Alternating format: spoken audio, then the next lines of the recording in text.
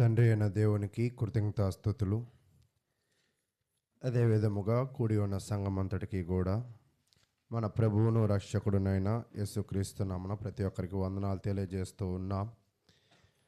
మనము కొద్దిగా కాలము నుంచి సాయంకాల సమయమున మరి రాజుల గురించిన అధ్యయనాలను మనం చేస్తూ ఉన్నాం. అయితే మనము 8 రాజులను ముగించి ఉన్నాం. వాటిని ఒకసారి నెమరు వేసుకుని తలుచుకుని ముందుకు వెళ్ళే ప్రయత్నంలో చూద్దాం. మొట్టమొదటి ఇశ్రాయేలు రాజుగా రాజ్యము విభజింపబడిన తర్వాత మొదటి రాజు ఎవరంటే యెరోబాము. తన కుమారుడు ఎవరంటే నాదాబు. తర్వాత నాదాబుని చంపేసి బయెషా ఏమయ్యాడంటే రాజు అయ్యాడు. బయెషా కొడుకు ఎవరంటే ఏలాము. ఈ ఏలామును చంపేసి జిమ్రీ ఏమయ్యాడంటే రాజు అయ్యాడు. జిమ్రీ సూసైడ్ చేసుకున్న తర్వాత ఒమ్రీ రాజు అయ్యాడు. ఒమ్రీ చనిపోయిన తర్వాత తన కొడుకు ఆహాబు రాజు అయ్యాడు. ఆహాబు చనిపోయిన తర్వాత తన కుమారుడు అహజ్యా రాజు అయ్యాడు. అహజ్యా అకస్మాత్తుగా పైనుంచి కింద పడిపోయి చనిపోయిన తర్వాత తన సహోదరుడు యెహోరాము రాజు అయ్యాడు అని ఇక్కడ దాకా మనమైతే చక్కగా నేర్చుకుని ఉన్నామని నేనైతే విశ్వసిస్తూ ఉన్నాను. అయితే మనం గత కొద్దిగా కాలము నుంచి యెహోరాముని మీద అధ్యయనం అనేది చేస్తూ ఉన్నాం. అయితే యెహోరాము అనే పేరుకి అర్థం ఏమిటి? యెహోవా గొప్పవాడు అనే పేరు. అయితే పేరులో అయితే మంచి అర్థముతో కూడిన పేరు పెట్టుకున్నాడు, కానీ జీవితంలో అయితే అటువంటి జీవితం అయితే లేదు. అంటే ఈరోజు నిజముగా ఒక్కోసారి పేరు అయితే చాలా మంచి పేర్లు పెట్టుకుంటాం, కానీ పేరుకు తగ్గ జీవితాలు అయితే మనము జీవించలేం. అయితే యెహోరాము చరిత్రను మనం ముగించుకోవడానికి ఈ రోజును మనము ప్రయత్నం చేద్దాం. యెహోరాము తన జీవితంలో మొట్టమొదటిగా మోయాబుల మీద యుద్ధానికి వెళ్తాడు. ఆ యుద్ధములో తర్వాత నయమాను కుష్ఠరోగి విషయంలో యెహోరామును గురించిన అధ్యయనం చూసాం. తర్వాత సిరియా దేశం మీద యుద్ధానికి వెళ్ళినప్పుడు యెహోరాము యొక్క పరిస్థితిని చూసాం. ఈ 3 రకాల పరిస్థితులలో ఎలీషా ప్రవక్త దేవుడు అతనికి ఏం చేశాడంటే సహాయం చేశాడు. అయితే యెహోరాము భక్తిపరుడు అంటే భక్తిపరుడు కాదు. భక్తిపరుడు కాకపోయినప్పటికీ కూడా భక్తిని నేర్చుకుంటాడని, విశ్వాసంలో స్థిరపడతాడనే ఉద్దేశంతో దేవుడు అతనికి ఏం చేశాడంటే సహాయాన్ని చేశాడు. కానీ యెహోరాము ఏం చేశాడంటే మీకు పోయిన వారం కూడా తెలియజేశాను. యేసుక్రీస్తు యొక్క కాలంలో యేసుక్రీస్తు ప్రభువారిని అనేకులు వెంబడించారు, కానీ అనేకులు ఏమవ్వలేదంటే మారలేదు, అంటే నమ్మలేదు, వాళ్ళ జీవితాలను మార్చుకోలేదు. అలాగే యెహోరాము కూడా దేవుడు చేస్తున్న మేలులను, వాటి యొక్క అనుభూతిని, దాని యొక్క విజయాన్ని పొందుతున్నాడు, కానీ దేవునిని సరిగా ఇతను నమ్మలేదు. అయితే నమ్మకపోతే ఏం జరిగిద్ది అంటే, దేవునిని ఒకవేళ నమ్మకపోతే ఏమైనా జరిగిద్దా? ప్రశ్న. దేవునిని నమ్మకపోతే ఏమైనా జరిగిద్దా? చూడండి, కీర్తన గ్రంథంలో మన అందరికీ కూడా అర్థమయ్యే ఒక కీర్తన తెలియజేస్తూ ఉన్నాడు.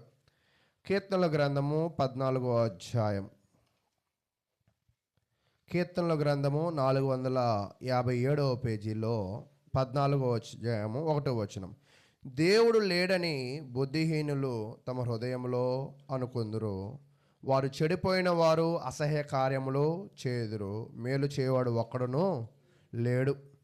అయితే ఇక్కడ ఏం తెలియజేస్తున్నారంటే, దేవునిని ఎవరైతే నమ్ముకున్నారో, దేవుని ఎడల సరైన విశ్వాసము ఎవరైతే కలిగి ఉండరో, దేవుని యందు ఎవరైతే భయభక్తులను కలిగి ఉండరో, అటువంటి వారిని ఏమంటున్నాడంటే బుద్ధిహీనులు. అంటే ఈరోజు మనము ఈ లోకంలో జ్ఞానంగా నడుచుకోవాలన్నా, ఈ లోకంలో మన జీవితాలు గొప్ప స్థితిలోకి వెళ్ళాలన్నా మనం ఎవరిని నమ్ముకోవాల్సిన అవసరం ఉన్నది అంటే దేవునిని నమ్ముకోవాల్సిన అవసరం ఉన్నది. ఎవరైతే దేవునిని వెతుకుతారో, ఎవరైతే దేవునిని నమ్ముకుంటారో వారిని బైబిల్ ఏం చెప్తుందంటే బుద్ధిమంతులుగా తెలియజేస్తూ ఉంది. అయితే ఇప్పుడు యెహోరాము బుద్ధిహీనుడా బుద్ధివంతుడా ఎలా చెప్పగలరు మీరు? ఆయన దేవుణ్ణి సరైన విధముగా నమ్ముకోలేదు, కానీ దేవుని యొక్క మేలును మాత్రం అనుభవిస్తూనే ఉన్నాడు. అయితే యెహోరామును గురించిన అధ్యయనాన్ని కొద్ది నిమిషాలు మనం చేద్దాం. చూడండి, ఈ యెహోరాము అనేకమైన యుద్ధాలు పెద్ద చేసిన వ్యక్తి కూడా కాదు. చేసిన 2-3 యుద్ధాలలో కూడా ఎవరు సహాయం చేశారంటే దేవుడే సహాయం చేశాడు. మీరు పోయిన వారము అంతకుముందు వారాలు కూడా మీరు బాగా నేర్చుకున్నారు. సిరియాతో యుద్ధానికి వెళ్ళినప్పుడు దేవుడే సహాయం చేశాడు. మోయాబుల మీద యుద్ధానికి వెళ్ళినప్పుడు దేవుడే సహాయాన్ని చేశాడు. అయితే యెహోరాము ఇప్పుడు మరలా సిరియా వాళ్ళ మీదకి యుద్ధానికి వెళ్ళాడు. అయితే దేవుడు అన్ని వేళలా కూడా పట్టుకోడు.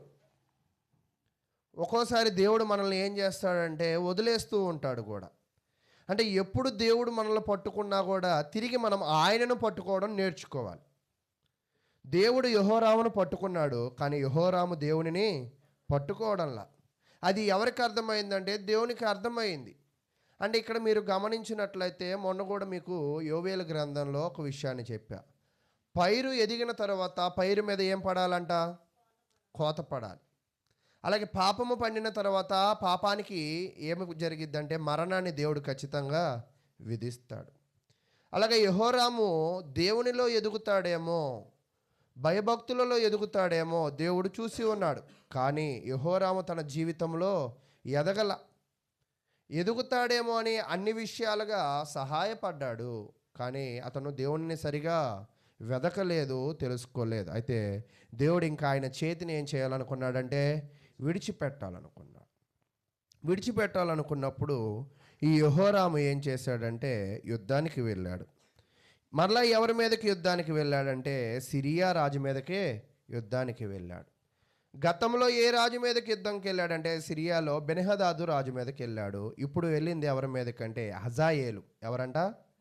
హజాయేలు. అయితే ఇంతకుముందు దేవుడు కాపాడాడు, దేవుడు రక్షించాడు, దేవుడు మేలు చేశాడు. అంటే ఇక్కడ మనం నేర్చుకోవాల్సింది ఏంటంటే దేవుడు అన్నిసార్లు మనకి మేలు చేయడు. దేవుని తెలుసుకోకపోతే అన్నిసార్లు మనకి మేలు చేయడు. అంటే ఒక్కోసారి మనం ఏమనుకుంటామంటే చెడ్డవాళ్ళు కూడా బాగుంటున్నారు కదా, వాళ్ళు మనకన్నా కూడా డబ్బులు సంపాదించుకుంటున్నారు, వాళ్ళు మనకన్నా ఆనందంగా ఉంటున్నారు, మనకన్నా ఇల్లులు కట్టుకుంటున్నారు, మనకన్నా మంచి బట్టలు వేసుకుంటున్నారు అని అనుకుంటూ ఉంటాం. అందుకే మత్తయి సువార్తలో దేవుడు ఏం చెప్తాడంటే మీరు తీయక్కర్లేదు, కానీ దేవుడు సూర్యుడిని అందరి మీద ఉదయింపజేస్తాడు, వర్షాన్ని అందరి మీద కురిపిస్తూ ఉంటాడు. దేవుడు అందరికీ అన్నీ ఇవ్వడానికి ప్రయత్నం చేస్తూ ఉంటాడు, కానీ అన్నీ ఇచ్చిన తర్వాత అతడు కృతజ్ఞత భావము కలిగి ఉండకపోతే, అతడు ఇంకా కూడా దేవునిని తెలుసుకోకపోతే దేవుడు అతనిని ఏం చేస్తాడంటే విడిచిపెడతాడు. అయితే యెహోరామును చూసినట్లయితే దేవుడు అనేక మార్లు ఇతనికి సహాయము చేశాడు, అనేక మార్లు యుద్ధంలో కాపాడాడు. అయినప్పటికీ ఇతను ఎవరిని తెలుసుకోలేదంటే దేవునిని తెలుసుకోనప్పుడు ఇతను యుద్ధానికి వెళ్ళాడు. చూడండి ఏం జరిగిందో చూద్దాం. 2 రాజుల గ్రంథము 9వ అధ్యాయం 315 నెంబర్ పేజీ. 2 రాజుల గ్రంథము 9వ అధ్యాయము 15వ వచనాన్ని మనం చూద్దాం.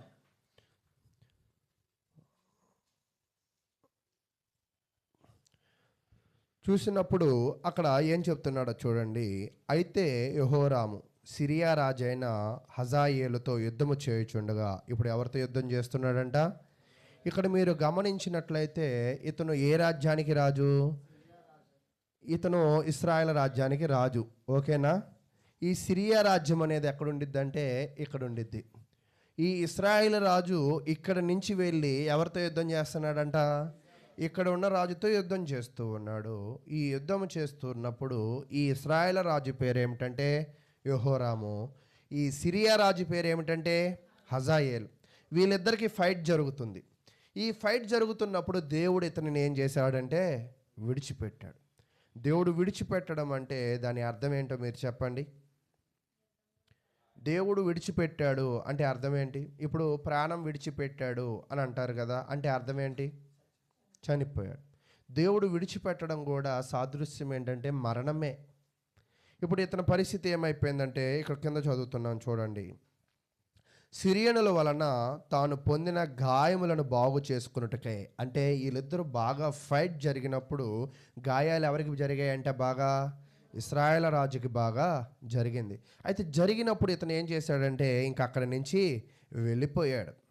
వెళ్ళిపోయి ఇక్కడ ఒక ఊరుంది ఇజ్రాయేల్ అని. ఏంటంట? ఇజ్రాయేలు. ఈ ఊరికి వెళ్ళిపోయాడు. యుద్ధం చేశాడు. చేసి బాగా దెబ్బలు తగిలాయి.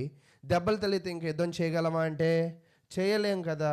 పారిపోయి ఏం చేశాడంటే ఇక్కడ హాస్పిటల్ అంటే ఇక్కడ వైద్యం చేయించుకోవడానికి ప్రయత్నము చేశాడు. అయితే దేవుడు, మీరు ఇక్కడ గమనించండి, దేవుడు మేలు చేయాలన్నా దేవుడు కీడు చేయాలన్నా ఒక్క పన్నా కానీ పన్నడు.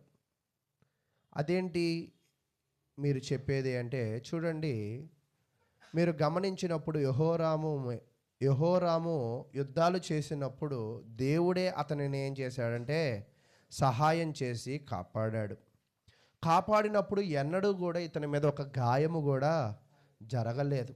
గాయం జరగకపోవడమే కాదు కానీ యుద్ధమే జరగకుండా యెహోరాముని ఏం చేశాడంట? గెలిపించాడు. అంటే యుద్ధమే జరగకుండా యెహోరాముని దేవుడు గెలిపిస్తే ఈ యెహోరాము దేవుడి యొక్క గొప్పతనాన్ని ఆయన తెలుసుకోలేకపోయాడు. ఈ యెహోరాము దేవునికి కృతజ్ఞతా భావము కలిగి ఉండలేదు. ఈ కృతజ్ఞతా భావం కలిగి ఉండకపోవడం వల్ల ఈ యెహోరాము ఇప్పుడు జరుగుతున్న యుద్ధంలో ఏం పొందాడంటే చాలా గాయములు అనేది పొందినట్లుగా మనం చూస్తూ ఉన్నాం.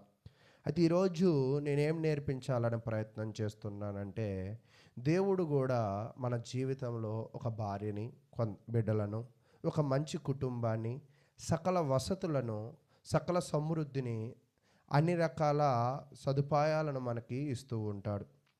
ఇస్తూ ఉన్నంత కాలము వాటిని మనము అనుభవిస్తూ ఉంటాం. కానీ దేవునిని ఏం చేయమంటే మహిమపరచము.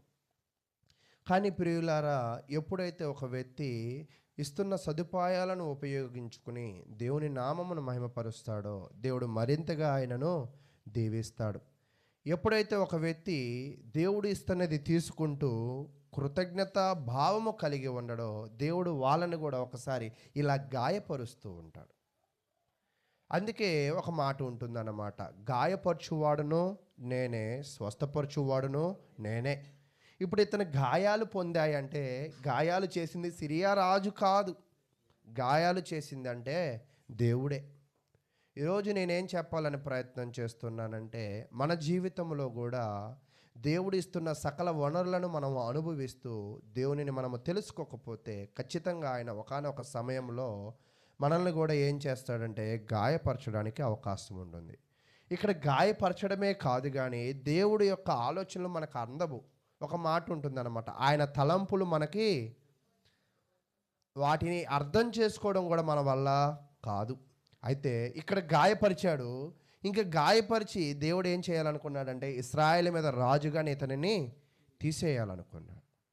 తీసేయాలనుకుని దేవుడు ఎవరితో మాట్లాడాడంటే ప్రవక్తతో మాట్లాడాడు. ఎవరు అప్పుడు కాలపు ప్రవక్త అంటే ఎలీషా. దేవుడు ఎలీషాతో మాట్లాడుతూ, ఎలీషా, యెహోరాము యొక్క రాజు సమయము అయిపోయింది, అంటే కోత ఇంకా అయిపోయింది, అతని కాలము సమీపించింది, అతని కాలము ముగిసింది. కాబట్టి నువ్వేం చేస్తావంటే నేను ఒక వ్యక్తిని చెప్తాను, ఆ వ్యక్తి దగ్గరికి వెళ్ళి తైలమును అతని మీద ఏం చేయంటే పోసి అతనే రాజు అవుతాడని కూడా అతనికి చెప్పు. మీరు పాత నిబంధన కాలంలో రాజులను చూడండి, వెంటనే ఎవరు రాజులు కాలేదు. ఆ రాజు అవ్వడానికి ఎవరు ఆదేశించారంటే దేవుడు ఆదేశించాడు. ఇశ్రాయేల్ రాజ్యము విభజింపబడిన తరువాత మొట్టమొదటి రాజు ఎవరన్నారు ఇంతక? యెరోబాము. ఎవరండి?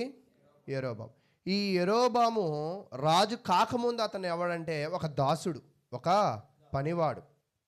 ఈ పనివాడికి ఎవరు ఎదురయ్యారంటే ప్రవక్త ఎదురయ్యాడు. ప్రవక్త ఎదురయ్యి తన వేసుకున్న కొత్త గుడ్డలను చించి 10 ముక్కలు ఏం చేశాడంటే అక్కడ ఉన్న యెరోబాముకి ఇచ్చేశాడు. దాని అర్థం ఏమిటంటే యెరోబామా, ఈ 12 రాజ్యాలలో 10 రాజ్యాలు దేవుడు నీకు ఇచ్చేస్తాడు. అంటే దేవుడు రాజులను ఎలా ఎన్నుకునేవాడంటే ప్రవక్తల ద్వారా ఎన్నుకునేవాడు. ప్రవక్త ఎవరి దగ్గరికైతే వచ్చి నువ్వు రాజు అని తెలియజేస్తాడో వాళ్ళు ఖచ్చితంగా ఏమైపోయారంట? రాజులు అయిపోయారు. రాజు కాకముందు వాళ్ళు ఎవరు? ఒక సామాన్యమైన సగటు వ్యక్తి. కానీ ప్రవక్త వచ్చి అభిషేకించిన తర్వాత అతను ఏమైపోయాడంటే రాజు అయిపోయినట్లుగా మనం చూస్తూ ఉంటాం. అంటే రాజులను వాళ్ళు ఏం చేసేవాళ్ళంటే పూర్వకాలము అభిషేకించుకునేవాళ్ళు. ఆ అభిషేకించడానికి దేవుడు ఎవరిని ఉపయోగించుకునేవాడంటే ప్రవక్తలను ఉపయోగించుకునేవాడు. ఇక్కడ దాకా మీకు అర్థమవుతుందా? అయితే ఇప్పుడు ఎలీషాకి దేవుడు ఇన్ఫర్మేషన్ అంతా ఇచ్చేసాడు. ఇచ్చేసి ఫలానా చోట ఒక అతను ఉన్నాడు, అతని పేరు ఏంటంటే యాహు. ఎవరన్నా?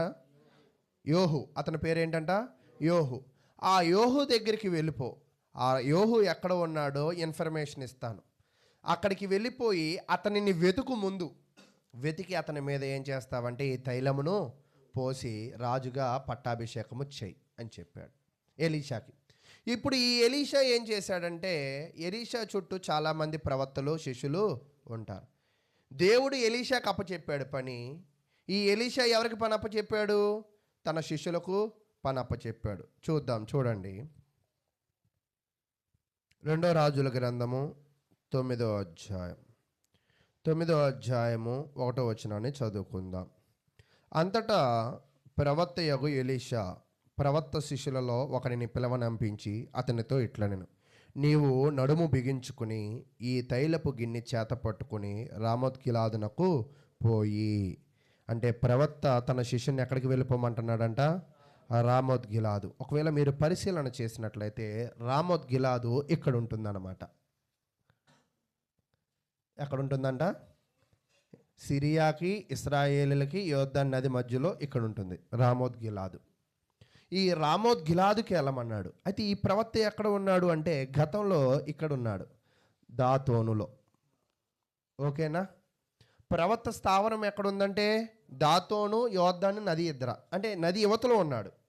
నది యువతల నుంచి పనివాడిని ఎక్కడికి పంపించాడంటే అవతలకు పంపించాడు. ఈ మధ్యలో ఉన్నది ఏంటంటే యోర్దాను నది. ఓకేనా? ఇక్కడ మీరు గమనించండి, దేవుని పని ఎప్పుడు కూడా తేలికైనది కాదు. దేవుని పని ఎప్పుడు కూడా చాలా కష్టతరమైనది.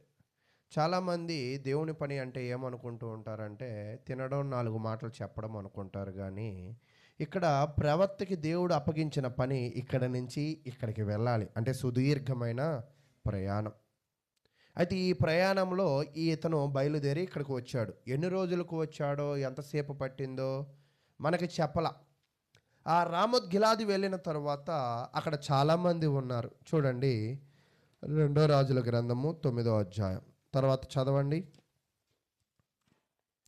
9వ అధ్యాయం తర్వాత 2వ వచనాన్ని చదువుతున్నాను, చూడండి. అంటే ఇక్కడ ఎవరున్నారంట? యెహోషాపాతు కుమారుడైన యోహు ఉన్నాడు.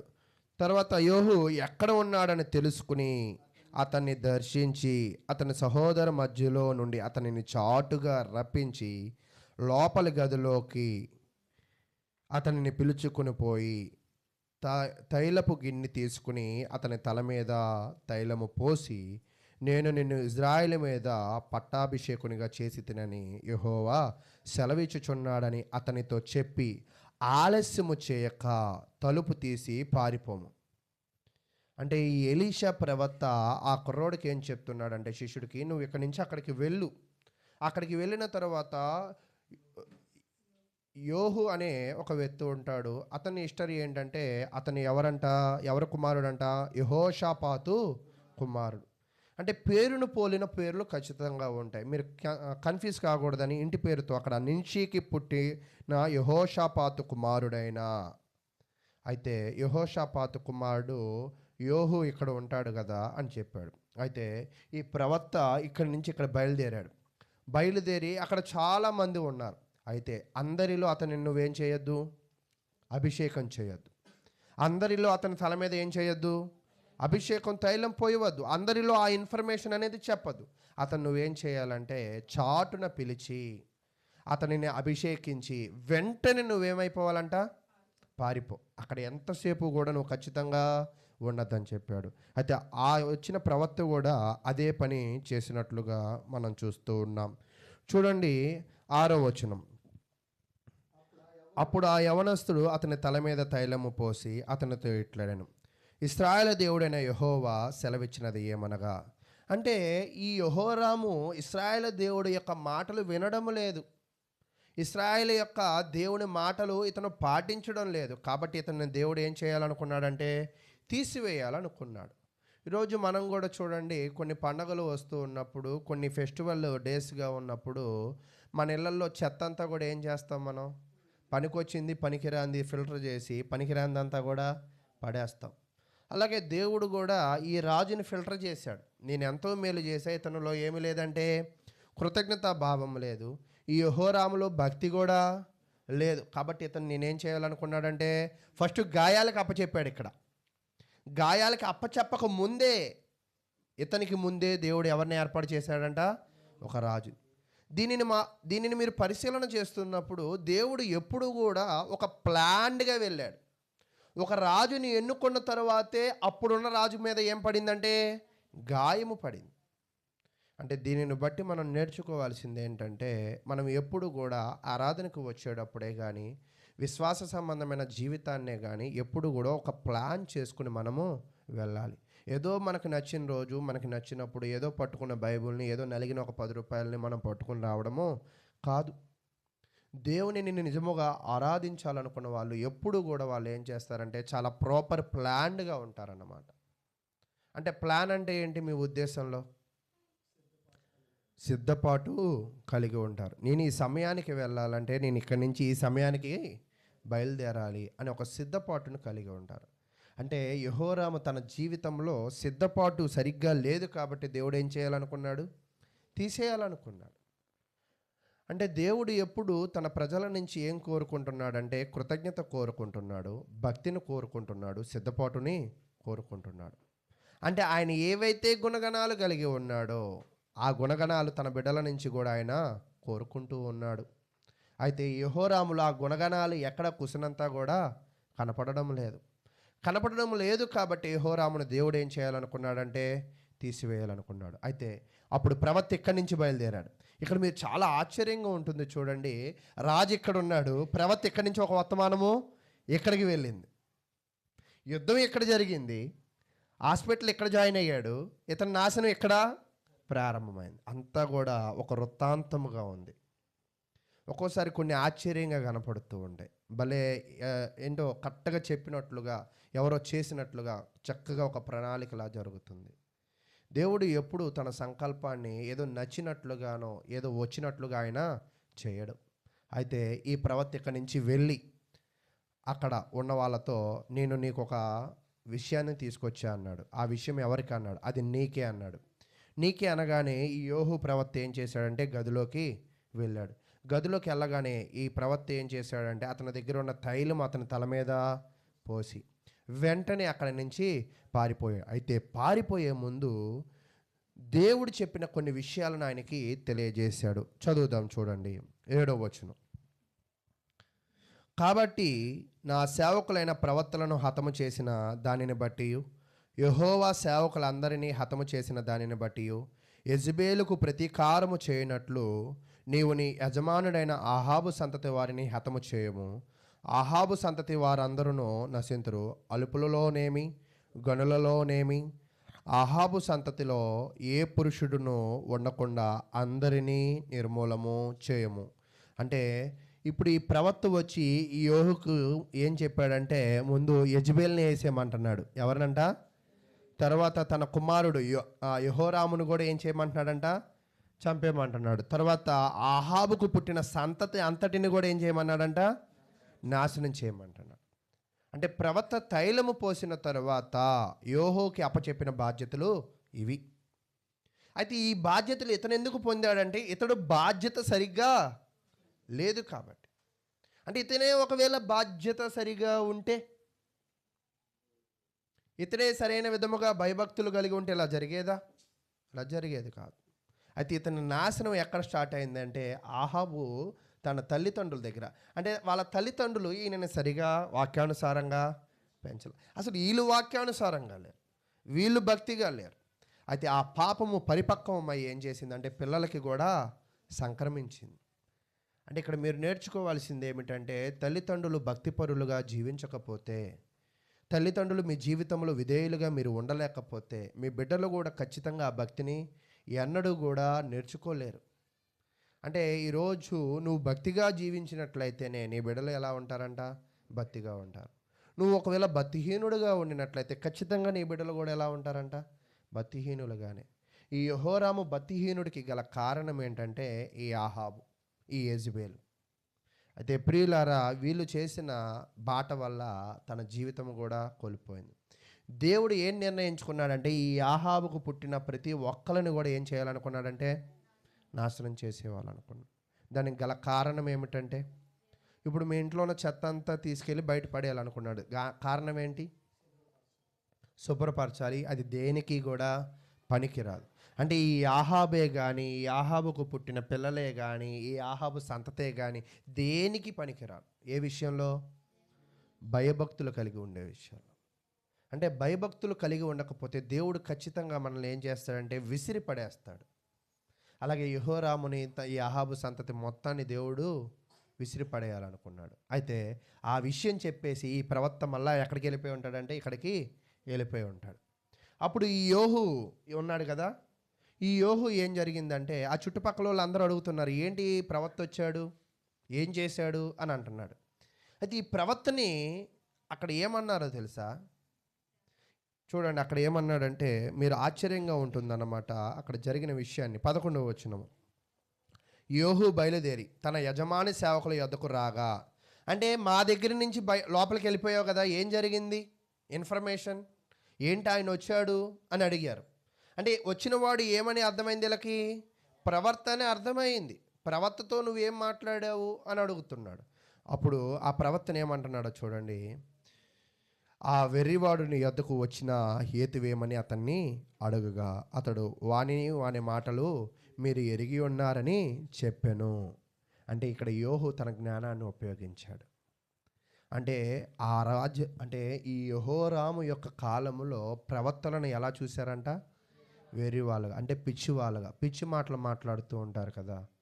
నిజంగా ఒక్కోసారి దేవుని మాటలను ప్రకటించే వాళ్ళనే కానీ, వాక్యానుసారంగా జీవించే వాళ్ళనే కానీ జనులు ఎలా చూస్తారంటే వెర్రి వాళ్ళను చూసినట్లుగా చూస్తూ ఉంటారు.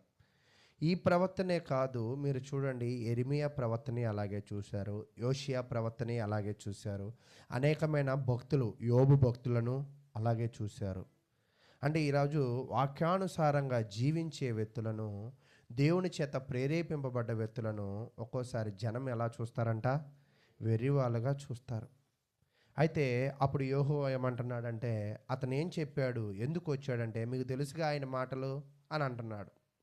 అయితే అప్పుడు మొత్తం విషయం చెప్పుకొచ్చాడు అన్నమాట. కాబట్టి వారు అదంతయు ఒట్టిదే, నువ్వు మాటలు ఏమీ డైవర్ట్ చేయద్దు, నువ్వు చెప్పే మాటలన్నీ ఒత్తివే, నిజం చెప్పు అన్నారు. ఇప్పుడు నిజానికి రా అన్నాడు. అంటే వాళ్ళందరికీ అర్థమవుతుంది. ఇక్కడ మీరు గమనించండి, ప్రవక్తనేమో వెర్రివాడు అంటున్నాడు, వాళ్ళ మాటలు వినడానికేమో వీళ్ళకి ఆసక్తిగా ఉంది. ఎందుకు అంటే ప్రవక్త ఎప్పుడు కూడా ఒకరిని వచ్చి కలిశారంటే ఖచ్చితంగా ఏదో వినాశనం జరిగిద్ది, లేదా ఒక విధ్వంసమైనా జరిగిద్ది, లేదా ఒక ఉపయోగమైనా జరిగిద్ది. అయితే వీళ్ళకి అర్థమవుతుంది. అంటే ఇక్కడ మీరు గమనించాల్సింది ఏంటంటే రోమీయులు రాసిన పత్రికలో ఒక విషయం చెప్తాడు చూడండి. రోమీయులు రాసిన పత్రిక 1వ అధ్యాయం 1వ అధ్యాయము మీరు అక్కడ పరిశీలన చేసినప్పుడు 21ని మనం చదువుకుందాం. మరియు వారు దేవునిని ఎరిగి ఆయనను దేవునిగా మహిమపరచలేదు, కృతజ్ఞతాస్తుతులు చెల్లింపను లేదు కానీ తమ వాదములు యందు వ్యర్థులైరి. ఇక్కడ మీరు గమనించారా? యెహోరాములో కూడా భక్తి లేదు, కృతజ్ఞతా భావము లేదు, దేవుని యొక్క ఆదరించే గుణము లేదు. అయితే అలాగే ఇక్కడ ఉన్న వాళ్ళ సైనికులకు కూడా ఏమీ లేదంట, దేవుడంటే భక్తి లేదు, వాదములు యందు ఏమైపోయారంట? వ్యర్థులైరు. ఈరోజు నిజముగా చాలామంది దేవుని సంఘానికి వస్తూ ఉంటారు కానీ వచ్చి దేవుని విషయాలను ఏమీ కూడా నేర్చుకోరు. అయితే ఒకవేళ నువ్వు నేర్చుకోకపోతే బైబిల్ ఎప్పుడూ కూడా నీకు అర్థం కాదు. సేవకుడు చెప్పే మాటలు ఎప్పుడు కూడా నీకు ఒక తలనొప్పి తెప్పిస్తాయి. సేవకుడు చెప్పే ప్రతి మాట కూడా నీకు నిద్ర తెప్పిస్తుంటుంది. కానీ ఒకవేళ దాన్ని నువ్వు అర్థం చేసుకోగలిగినట్లయితే దానిలో ఉన్న గొప్పతనం నీకు అర్థమవుతుంది. అంటే యెహోరాముకే కానీ, ఆ యెహోరాము దగ్గర ఉన్న సైనికులకే కానీ దేవుడు గొప్పతనం అర్థం కాలేదు, ప్రవక్త యొక్క గొప్పతనం కూడా అర్థం కాల. అయితే గొప్పతనం అర్థం కాకపోయినప్పటికీ కూడా అక్కడ జరిగిన మరొక విషయాన్ని మనం పరిశీలన చేద్దాం.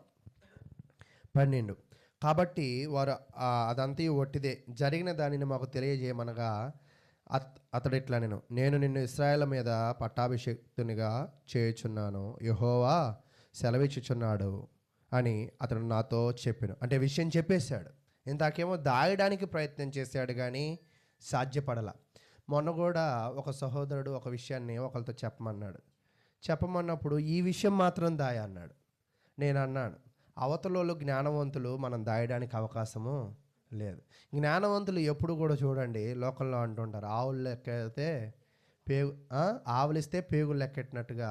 నిజంగా ఒక్కొక్కసారి మనం ఏం చెప్పకూడదు అనుకున్నా కూడా అడిగే వాళ్ళు ఏం చేస్తారంట, సరైన క్వశ్చన్ అడుగుతూ ఉంటారు. మనం ఆపుకోలేక ఆన్సర్ ఖచ్చితంగా చెప్పేస్తూ ఉంటాం.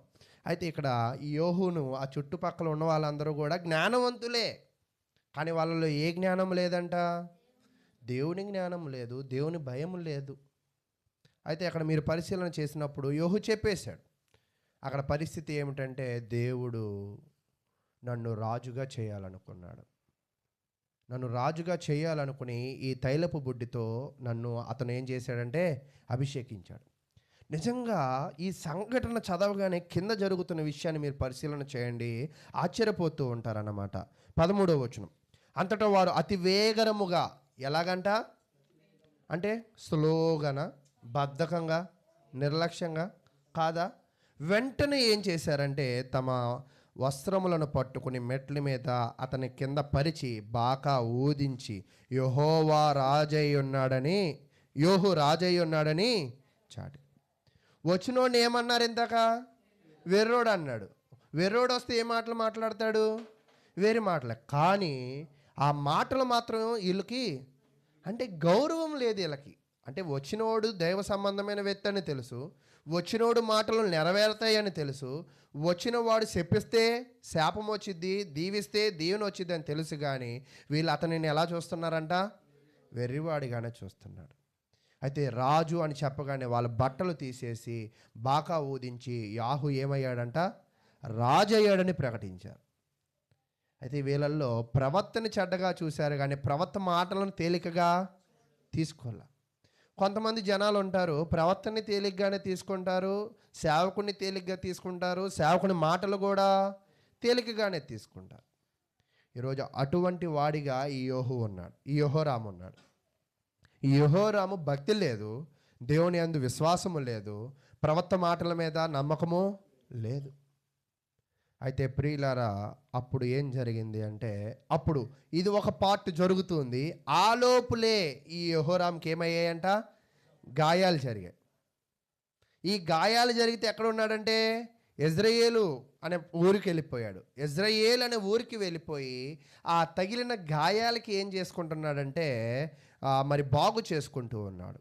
బాగు చేసుకుంటూ ఉన్నప్పుడు ఇక్కడ ఎవరు ఉన్నారంటే యెహోరాము ఉన్నాడు కదా, ఇతను ఏ రాజ్యానికి రాజు, ఇశ్రాయేల్ రాజ్యాన్ని. అప్పుడు యోధా రాజు అయిన అహజ్యా ఏం చేశాడంటే తన మావయ్య, ఇతను యెహోరాము ఏమవుతాడంటే అహజ్యాకి మావయ్య అవుతాడు. ఈ అహజ్యా ఏం చేశాడంటే యెహోరాము దగ్గరికి వెళ్ళాడు, అంటే ఇజ్రాయేలు ఊరికి వెళ్ళాడు.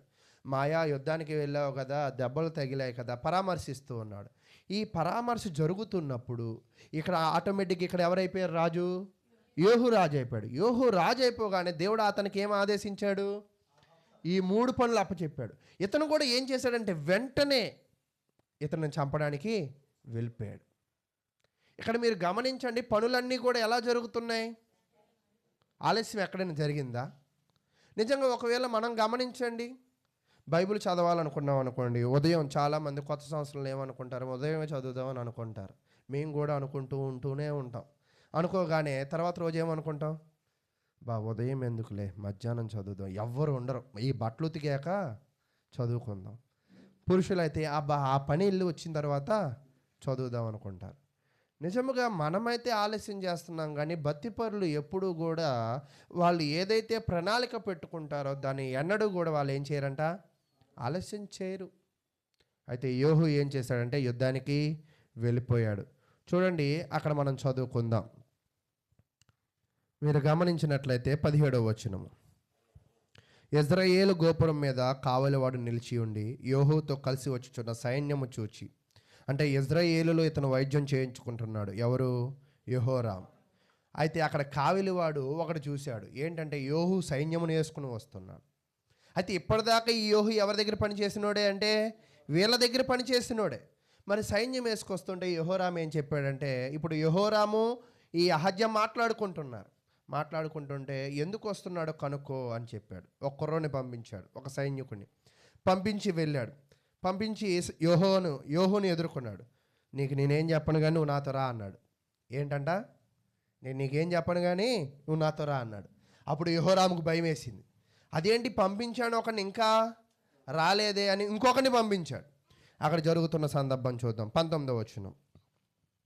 రాజు రెండో రౌతును పంపగా వారి వద్దకు వచ్చి సమాధానముగా వచ్చుచున్నారా? వాళ్ళు అడిగిన ప్రశ్న ఏంటంట? సమాధానంగా అంటే ఎలా వస్తున్నావు అంటే రావడాన్ని కూడా ఇంతకుముందు బాగా పరిశీలన చేసేవాళ్ళు. అంటే రావడంలో 2 రకాల అర్థాలు. సమాధానంగా అహజ్యా వెళ్ళి ఏం చేశాడు? క్షేమ సమాచారాలు మాట్లాడాడు. అలాగే వస్తున్నావా అని అడుగుతున్నాడు. అంటే ఇలా భయం వేస్తూ ఉంది. ఎవరికి? యెహోరాముకి భయం వేస్తుంటే అక్కడ ఆయన ఏం చెప్పాడో చూడండి. యోహు సమాధానముతో నీకేం పని, నా వెనుకకు తిరిగి రమ్మని వానితో చెప్పాను. అప్పుడు కావలి కాడు వీడును వారిని కలుసుకుని తిరిగి రాక నిలిచాను. మరియు అతడు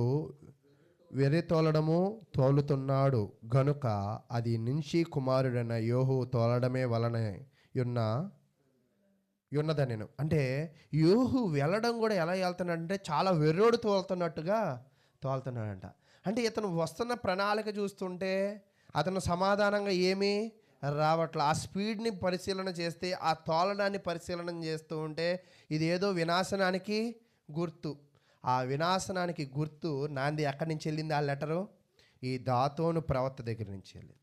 అంటే ఎప్పుడైతే రాజు అయిపోయాడో దేవుడు చెప్పిన ఆదేశాలను జరిగించడానికి ఆయన ఎలాగ పనిచేశాడంటే వెర్రోళ్ళలా పనిచేస్తాడు. ఇంతకు వచ్చిన ప్రవక్తను ఏమన్నారు? నిజంగా ఎప్పుడు కూడా దేవుని పనులు చేసేవాళ్ళు వెర్రోళ్ళలాగే కనపడతారు. ఎందుకంటే స్పీడ్గా ఉంటారు కదా, చాలా తొందరగా అంటే మన పనులు ఒక్కోసారి ఆలస్యం అవుతాయేమో కానీ దేవుని పనిని చేసినప్పుడు జనాలకి మనం వెర్రోళ్ళగా పిచ్చోళ్ళగా కనపడతాం, కానీ దేవుడు వాళ్ళనే దీవిస్తూ ఉంటాడు. కాబట్టి ఎప్పుడు కూడా దేవుని పని చేసే వాళ్ళని మనం ఎన్నడూ కూడా వాళ్ళని ఏం చేయకూడదంటే దూషించకూడదు. అయితే యోహు వస్తున్న స్పీడ్ని బట్టి యెహోరాంకి ఏం జరిగిందంటే భయం అయిపోయింది. 21వ వచనం. రథము సిద్ధం చేయమని యెహోరాము సెలవీయగా వారు అతని రథము సిద్ధం చేసిరి. అప్పుడు ఇశ్రాయేలు రాజైన యెహోరామును యూదా రాజైన అహజ్యాయును తమ తమ రథములు నెక్కి యోహును కలియబోయి ఇశ్రాయేలు వాడు అయిన నాబోతు భూభాగమందు అతన్ని ఎదుర్కొని, అంటే ఇద్దరిని పంపించాడు, విషయం అయితే రాలా. ఇప్పుడు వీళ్ళిద్దరే కదిలి ఎక్కడ స్పాట్ అంట? నాబోతు. ఆ నాబోతు స్థలం ఎక్కడంటే ఇంచుమించుగా అక్కడ. అసలు ఈ నాబోతు చరిత్ర చూస్తే ఈ నాబోతు తోటను పట్టుకుని ఈ ఆహాబు దుర్మార్గుడు అయిపోయాడు. ఈ నాబోతును పట్టుకుని ఈ నాబోతుని నీతిమంతుని చంపడం అనే పాపము చేసే వీళ్ళ కుటుంబం మీదకి ఏం తెచ్చుకున్నారంటే శాపం తెచ్చుకున్నారు. దేవుడు వీళ్ళ మరణాలన్నీ కూడా ఎక్కడ ఫిక్స్ చేశాడంటే ఇక్కడ ఫిక్స్ చేశాడు. చెప్తూ ఉంటాడనమాట ఏలియా ప్రవక్త, ఏ పొలము మీద ఆశపడ్డావో, ఏ పొలము కోసం రక్తమును చిందించావో అదే స్థలములో నీ కుమారులు నీ రక్తాన్ని కుక్కలు. నిజంగా మనం కూడా శబ్దాలు వేస్తాం. ఒక్కోసారి గొడవ పడినప్పుడు నోటికి కొన్ని శబ్దాలు వస్తూ ఉంటాయి. ఆ శబ్దాలు మనం ఏం చేయలేం, నెరవేర్చలేం. కానీ దేవుడు ఇక్కడ శబ్దం చేసేది. అయితే దేవుడు ఇక్కడ వాళ్ళకి అంటే ఇప్పుడు ఇక్కడ ఎవరెవరు ఉన్నారంటే యెహోరాము ఉన్నాడు, అహజ్యా ఉన్నాడు, వాళ్ళిద్దరిని చంపడానికి వచ్చిన యోహు ఉన్నాడు. అంటే ఇప్పుడు ఇక్కడ మీరు గమనించినట్లయితే ఇక్కడంతా కూడా ఆహాబు సంతతి ఉంది. ఈ ఆహాబు సంతతిని కూడా దేవుడు ఎక్కడ ఫిక్స్ చేశాడు వాళ్ళకి భూభాగము? నాబోత్. అక్కడ మర్డర్ అయిపోయారు వీళ్ళందరూ. యోహు ఏం చేశాడంటే వెంటనే చెప్పాడు, సమాధానంగా వస్తున్నావా? ఏంటి సమాధానం? నీ పనికి, నీ తల్లి పనికి, నీ కుమారుల పనులకి సమాధానం ఎక్కడి నుంచి వచ్చింది? మీరందరూ కూడా దేవునిని ఆశ్రయించాల. నీ తల్లి ఏం చేసిందంటే దేవుని ప్రవర్తనను చంపింది. నువ్వేం చేసావంటే దుర్మార్గపు ప్రవర్తనను నువ్వు అనుసరించావు. కాబట్టి సమాధానం ఎక్కడి నుంచి వచ్చింది? అంటే మీరు చేసేవన్నీ దుర్మార్గపు పనులు అయితే మాకెలా సమాధానం అని చెప్పి వెంటనే అప్పుడు యెహోరాము ఏం చేశాడంటే మాటలు అర్థమైపోయాయి, స్పీడ్ అర్థమైపోయింది. యెహోరాము ద్రోహం ద్రోహం అంటున్నాడంట. ఏంటంట? ద్రోహం. అంటే వీళ్ళు చేసేది ఏంటి? దేవుడు మేలు చేశాడు, దేవుని కృతజ్ఞత తెలియజేశారా? దేవుడు మేలు చేశాడు, దేవుని తెలుసుకున్నారా? దేవుడు మేలు చేశారు, ప్రవర్తన గౌరవించారా? వీళ్ళు చేసింది ఏంటి? ఇది ద్రోహం కాదా? ఒక్కోసారి చూడండి, ఆశ్చర్యం ఏంటంటే ద్రోహులు కూడా ఒక్కోసారి ఇతరులు చేసే పని ద్రోహం అంటారు. చెడ్డోళ్ళను కూడా మీరు చూడండి ఎంత తెలివిగా మాట్లాడతారంటే వీళ్ళు చేసేవన్నీ కొంచెం అటు ఇటు తప్పు పనులు, ఇతరుల తప్పులను ఎంచుతూ ఉంటారు. అంటే యెహోరాము కూడా ఇతను తప్పుడు వ్యక్తి, ఇతను తప్పుడు ఆలోచనలో ఉన్నారని ఇంకా తెలుసుకోవాలా. అక్కడ చెప్తున్నాడు చూడండి 23వ వచనం. యెహోరాము రథము తిప్పి అహజ్యా ద్రోహం జరుగుతున్నది అహజ్యాతో చెప్పి పారిపోయాడు. అంటే అహజ్యాతో చెప్పి ఏమైపోవాలనుకున్నాడంట? పారిపో. వెంటనే యోహు ఏం చేశాడంటే బాణాలు వదిలాడు. భారం వదిలితే అంట అది గుచ్చుకుని గుండె దాకా వెళ్ళిందని చెప్తున్నాడు. చూడండి 24వ వచనం. అప్పుడు యోహు తన బలం కొలది విల్లు ఎక్కువ పెట్టి యెహోరామును భుజముల మీద కొట్టగా బాణము అతని గుండె గుండా దూసి పోయిన గనుక అతడు ఆ రథమునందే ఏముంది అక్కడ మీ దాంట్లో ఎరిగెను అని అక్కడ ఉంది. అంటే అక్కడే చనిపోయాడు. అంటే ఇక్కడ మీరు గమనించినట్లయితే యోహుని చూడండి, ప్రవక్త వచ్చి అభిషేకించాడు, వెళ్ళేటప్పుడు స్పీడు, వచ్చిన వాళ్ళందరినీ కూడా చెప్పలా, వెళుతున్నప్పుడు కూడా తోలడం ఎలా ఉందంట? చాలా వెరిగా ఉంది. చంపేటప్పుడు కూడా వెంటనే ఏం మాట్లాడకుండా మాట మారిపోయింది. నీ వల్ల, నీ యొక్క అమ్మ వల్ల, మీ నాన్న వల్ల మాకేమీ కూడా మంచి జరగట్లేదు అని చెప్పాడు. యెహోరాము పారిపోతుంటే యోహు ఏం చేశాడంటే బాణము గురిపెట్టి అతనిని చంపేశాడు. అయితే యోహును మాత్రమే కాదు కానీ అది ఈ విషయం చూసిన అహజ్యా రాజు పాపం చూడడానికి వచ్చాడు. కానీ ఇక్కడ ఏమైపోయాడు? ఒక్కోసారి నిజంగా విచిత్రంగా జరుగుతూ ఉంటుంది. మేలు చేయడానికి వస్తూ ఉంటారు, కీడు ఎదురవుతుంది. అది కావాలని ఏమీ ఎదురవ్వదు. మనం ఎప్పుడో చేసిన పాపాలను బట్టి, మనం ఎప్పుడో జరిగించిన తప్పులను బట్టి శిక్ష. ఈ అహజ్యా పారిపోదాం అనుకుని ఇక్కడ మెగ్దీలోకి దాకా వచ్చాడన్నమాట. అంటే నాబోతు దగ్గర నుంచి కొంత దూరము పారిపోతే ఇక్కడ పట్టుకుని ఈ అహజ్యాని ఏం చేశారంటే చంపేశారు. అక్కడ చెప్తున్నాడు చూడండి, మీరు పరిశీలన చేసినప్పుడు 26వ వచనం చదువుదాం. అప్పుడు యెహోవా సెలవిచ్చిన ఏమనగా, నిశ్చయముగా నాబోతు రక్తమును వాని కుమారుల రక్తమును నిన్నటి దినమున నేను చూచితిని గనుక ఈ భూభాగమునందు నేను దానికి ప్రతీకారము చేయుదును. ఇదే యెహోవా వాక్కు. యోహు ఎందుకు చెప్తున్నాడంటే నాబోతు అనే నీతిమంతుని నువ్వు చంపావు కాబట్టి దేవుడు నిన్ను నాశనం చేయమన్నాడు.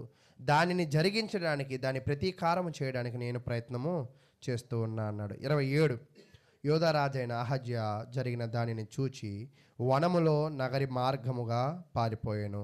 అయినను యోహు అతనిని తరిమి రథమునందు అతన్ని హతము చేయుడని ఆజ్ఞ ఇచ్చెను గనుక వాళ్ళు ఇబ్లాయేము దగ్గరనున్న గూరునకు పో మార్గమునందు అతన్ని కొట్టగా అతడు మెగ్దుకు పారిపోయి అచ్చట, అంటే అతను ఇక్కడికి వచ్చి చనిపోయాడు. అంటే వీళ్ళ స్పాట్ అంతా కూడా ఇక్కడే. అయితే ఇక్కడ మీరు ప్రియులారా గమనించినట్లయితే ఇప్పుడు యోహు ఎంతమందిని చంపేశాడంటే యెహోరాముని చంపేశాడు, అహజ్యాని చంపేశాడు. మీరు ఇంకా దినవృత్తాంతాల గ్రంథాన్ని చూసినట్లయితే ఆహాబు సంతతి 70 మంది అని చెప్పాడు కదా, అందరినీ చంపేశాడు. అంటే ఎవరైతే రాజ్యమును పరిపాలన చేయడానికి సమర్థులుగా ఉన్నారో అందరినీ కూడా, అంటే ఆహాబు సంతతిని దేవుడు ఏం చేయాలనుకున్నాడంటే క్లీన్, అంటే నిర్మూలన చేయాలనుకున్నాడు. అయితే ఈ యోహు ఏం చేశాడంటే వీళ్ళిద్దరిని చంపేసి ఇప్పుడు ఎక్కడికి వెళ్ళాడంటే ఇశ్రాయేల్ రాజ్యానికి వెళ్ళాడు. ఇశ్రాయేల్ రాజ్యానికి వెళ్ళినప్పుడు యెజబెల్ ఏం చేస్తుందంటే కిరీటం పెట్టుకుని కిటికీ చాటున ఎవరిని చూస్తుందంటే యోహును చూస్తుంది.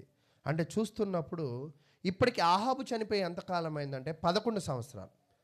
ఆహాబు చనిపోయిన తర్వాత యెజబెల్ ఎంతకాలం బ్రతికిందంట? ఇంచుమించుగా 11 సంవత్సరాలు.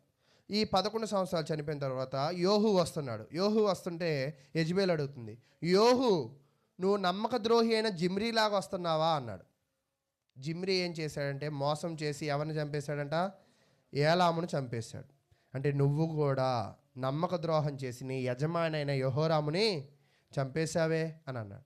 అప్పుడు యోహుకి కోపం వచ్చి నా పక్షాన్ని ఎవరున్నారు పైన అన్నాడు. మేమున్నామని చెప్పి, అయితే మీరు నా పక్షమున ఉంటే ఆమెను పైనుంచి కిందకి తోసేయండి అన్న. వాళ్ళు ఏం చేశారంటే వెంటనే, ఇక్కడ మీరు చూడండి అన్నీ కూడా ఎలా జరిగాయి, వెంటనే. ఎప్పుడు కూడా భక్తులు వారి పనులు ఎప్పుడు ఆలస్యం చేయరు, వెంటనే జరుగుతూ ఉంటాయి. అందుకే కొత్త నిబంధనలో కూడా ఏం చెప్తాడంటే పౌలు గారు, ఇదే మిక్కిలి అనుకూల సమయము, ఇదే రక్షణ. అంటే భక్తి ఎప్పుడు కూడా ఒకవేళ మనలో ఉంటే, అంటే ఆ భక్తిని వెంటనే మనం ఏం చేస్తామంటే కనపరుస్తూ ఉంటాం.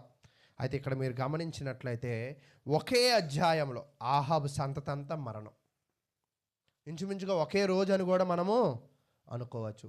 యెహోరాము చనిపోయాడు, అహజ్యా చనిపోయారు, ఆహాబు సంతానం చనిపోయింది, ఆహాబు భార్య కూడా చనిపోయింది.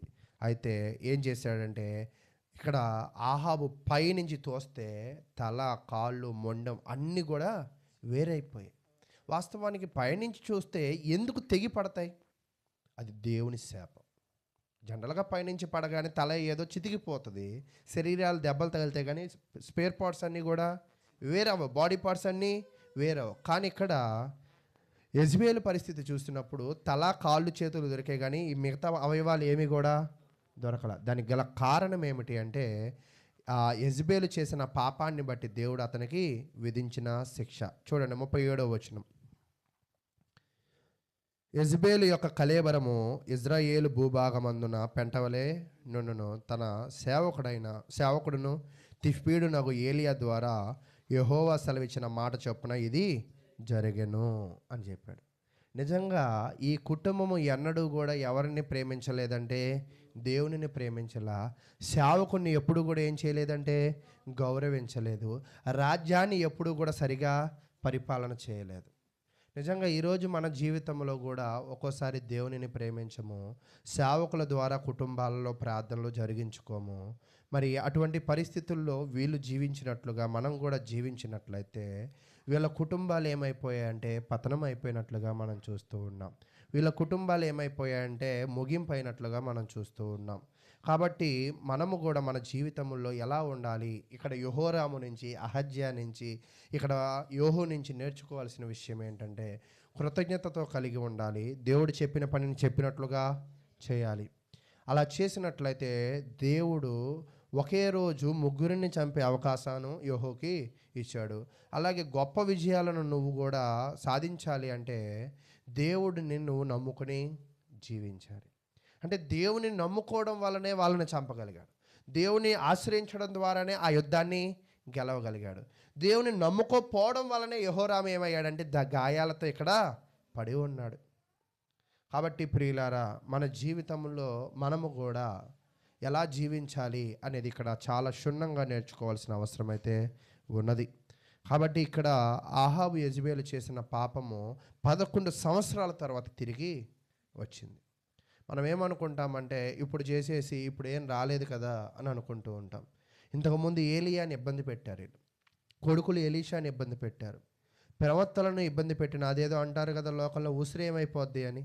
అలాగే దేవుని ప్రవక్తలను ఇబ్బందులు ఒకవేళ మనం పెట్టినట్లయితే ఖచ్చితంగా అది ఇప్పుడు రాకపోవచ్చేమో, అది ఒకరోజు ఖచ్చితంగా ఏమైందంట తిరిగి వచ్చింది. ఆ వచ్చిన ప్రళయాన్ని ఒకే రోజు ఏం చేసిద్దంటే మీ జీవితం అంతా కూడా కొట్టుకుని పోయిద్ది. ఈరోజు మీరు ఇప్పుడైతే ఎక్కువ రావట్లేదు కానీ గతంలో జపాన్లో ఏమొచ్చాయంటే సునామీలు బాగా వచ్చాయి, భూకంపాలు బాగా వచ్చి మొత్తాన్ని ఒకే రోజు స్మాష్ చేసేసాయి. అంటే దేవుడు శిక్ష ఎలా ఉండిద్ది అంటే ఒకే రోజు స్పాట్, ఒకే రోజు. ఎక్కడైతే పాపమును విత్తావో అక్కడే నీ పాపాన్ని బట్టి నిన్ను శిక్షించాడు. కాబట్టి ప్రియులారా, ఈరోజు మన జీవితంలో వీలైనంత వరకు మనం ఏవైతే లోపములు కలిగి ఉన్నామో, ఏవైతే తప్పిదములను కలిగి ఉన్నామో మన జీవితంలో జరుగుతున్న సమస్యలు ఏంటో గుర్తెరిగి మనం నడుచుకోవాల్సిన అవసరం ఖచ్చితంగా ఉన్నది. ఒకవేళ అలా నడుచుకోకపోతే ఈ ఎన్నడూను కూడా నీవును నీ బిడ్డలకి, ఇక్కడ చూడండి, ఆహాబు సంతతికి డబ్బు కరువు లేదు, బంగ్లాలు కరువు లేదు, బంగారం కరువు లేదు, రాజ్యరకము కరువు లేదు. కానీ వాళ్ళలో కరువు ఏముందంట? భక్తి. భక్తి అనే ఒక కొరతే అన్నీ ఉన్నా కూడా ఏం చేసింది? మీరు ఉదయం కూడా చెప్పాను, ఒక వ్యక్తి సమస్తమును లోకమంతా సంపాదించుకుని తన ప్రాణమును పోగొట్టుకుంటే వానికి ఏమీ లాభం? ఆహాబు దగ్గర అన్నీ ఉన్నాయి, ఇప్పుడు ఏం లేదు, వాళ్ళ వంశం లేదు, వాళ్ళ యొక్క ప్రాణాలు లేవు. అయితే ప్రియులారా, మీ ప్రాణాలు మీరు కాపాడుకోవాలి, మీ ఆత్మలను మీరు కాపాడుకోవాలంటే దేవుని యందు మీరు ఏం కలిగి ఉండాలంటే భయభక్తులను కలిగి ఉండవలసిన అవసరం ఉన్నది. మనం ఏమనుకుంటామంటే జరుగుతున్న సమస్యలు బట్టి దేవుడు నన్ను ఏదో శోధిస్తున్నాడు, దేవుడు నన్ను ఏదో ఇబ్బంది పెడుతున్నాడు, నేను ఎంతో భక్తిపరులము అని అనుకుంటాం. కానీ సమస్యలు ఊరికినే రావు. అదేదో లోకల్లో అంటారు కదా, డబ్బులు ఊరికినే రావన్నట్టు సమస్యలు ఊరికినే రావు. ఒక సమస్య ఏం చేసిద్ది అంటే నిన్ను మరింతగా బలపరిచిద్ది, ఒక సమస్య ఏం చేసిద్ది అంటే మరింతగా బలహీనపరిచిద్ది. బలపరిచే సమస్య ఏదో, బలహీనపరిచే సమస్య ఏదో ఖచ్చితంగా మనమే తెలుసుకోవాలి. ఒకవేళ అలా తెలుసుకుని మీ జీవితాల్లో మీరు జీవించినట్లయితే, దేవునిని ఆశ్రయించినట్లయితే, కృతజ్ఞతా భావాన్ని మీరు కలిగి ఉన్నట్లయితే, దేవుడు ఎన్నడూ కూడా ఈ 2025లో కూడా మిమ్మల్ని, మీ కుటుంబాలను, మీకు కలిగి ఉన్న సమస్తమును కూడా ఆయన దీవిస్తాడు. ఒకవేళ 2024లో లాగే 2025లో కూడా ప్రార్థనలకి రాక, భయభక్తులుగా ఉండక, దేవుని మార్గంలో నడవకపోతే కొంతకాలమే పట్టుకుంటాడు దేవుడు, ఎక్కువ కాలం పట్టుకోడు బతికిని. ఒకసారి ఏం చేస్తాడు? ఖచ్చితంగా విడిచిపెడతాడు. విడిచిపెట్టినప్పుడు నీ పరిస్థితి ఏంటంటే ఆ రోజే నీకు చివరి క్షణాలు. కాబట్టి అటువంటి పరిస్థితుల్లోకి మీరు వెళ్ళకూడదు. కాబట్టి అందుకే చెప్తుంటాడనమాట, ఈ సంవత్సరమును ఉండనేమో, ఈ సంవత్సరమైనా ఈ అంజూరపు చెట్టు నుంచి ఏం చేస్తానంట? ఫలాలు వస్తాయేమో. కాబట్టి ఫలాలు జీవితాలను మీరు జీవించండి 2025లో. ఒకవేళ ఈ 2025 కూడా 2024 లాగానే ఫలాలు లేకుండా, భక్తి లేకుండా మనం జీవించినట్లయితే చెట్టుని దేవుడు నాశనం చేశాడు, రాజులను దేవుడు నాశనం చేశాడు, మనల్ని కూడా దేవుడు ఖచ్చితంగా ఏం చేస్తాడంటే దీవించడు. అవన్నీ జ్ఞాపకం ఉంచుకొని భక్తిగా నడుచుకోవాలని కోరుకుంటూ ముగిస్తూ ఉన్నాను. ఎంతో ఓపికగా విన్న మీ అందరికీ ప్రభు నామమున వందనాలు.